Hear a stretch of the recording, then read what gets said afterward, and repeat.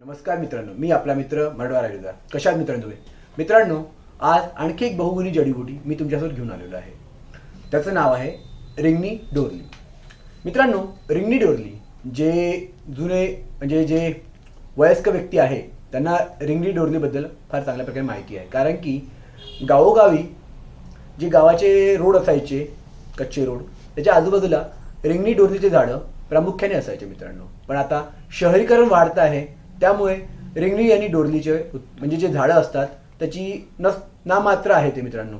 पण आजही आपण खेडे भागात गेलो तर आपल्याला खेड्याच्या रोडाच्या साईडला रिंगणी आणि डोरलीचे झाडं पाहायला मिळतात मित्रांनो. चला आधी आपण रिंगणी आणि डोरली बघूया मित्रांनो. इथे तुम्ही मित्रांनो बघू शकता रिंगणी आणि डोरली याचे एक लहान लहान फळासारखं असतं मित्रांनो. ज्याला रिंगणी आणि डोरली जे आहे, ज्यांना पोटात गॅस होतो, पोटदुखी होते, पोटात मुरडा येतो, त्यासाठी रिंगणी डोरली हे वापरल्या जात होतं मित्रांनो. सोबतच ज्यांना कफ आहे त्यांच्यासाठी पण हे चांगल्या प्रकारे काम करतं. ज्यांना प्रॉपर म्हणजे मित्रांनो लगीमध्ये प्रॉब्लेम होतो युरिन करायला किंवा जळजळ होते, त्यासाठी रिंगणी आणि डोरली हे दिल्या जात होते मित्रांनो आधी. सोबतच ज्यांना अंगदुखीचा त्रास आहे, त्यांना घाम जास्त येतो, त्यासाठी रिंगणी आणि डोरली प्रामुख्याने वापरल्या जाते मित्रांनो.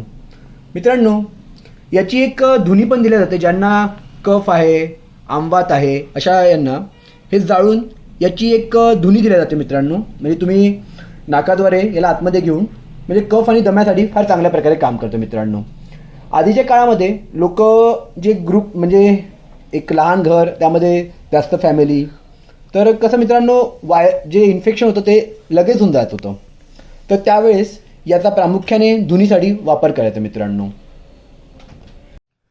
दशभू जे असतं एक आयुर्वेदिक वस्तू आहे, त्यामध्ये प्रामुख्याने याचा उपयोग केला जातो. सोबतच दम्याच्या व्यक्तीसाठी सुंठ पावडर, लेंडी पिंपळी आणि रिंगणी आणि डोरलीचा प्रामुख्याने उपयोग केला जातो. याचे हे फायदे बहुगुणी आहे मित्रांनो. पण आजच्या या वाढत्या शहरीकरणामुळे हे नामशेष होण्याच्या मार्गावर आहे. त्यामुळे ज्यांना खरंच याची गरज आहे त्यापर्यंत हा व्हिडिओ पोचवा. माझ्या व्हिडिओला लाईक करा, कमेंट्स करा, शेअर करा, सबस्क्राईब करा आणि बेल आयकॉनवर क्लिक करा मित्रांनो. त्या अनुषंगाने माझी अपडेट्स व्हिडिओ तुमच्यासमोर लगेच उपस्थित मित्रांनो. जय हिंद, जय महाराष्ट्र मित्रांनो.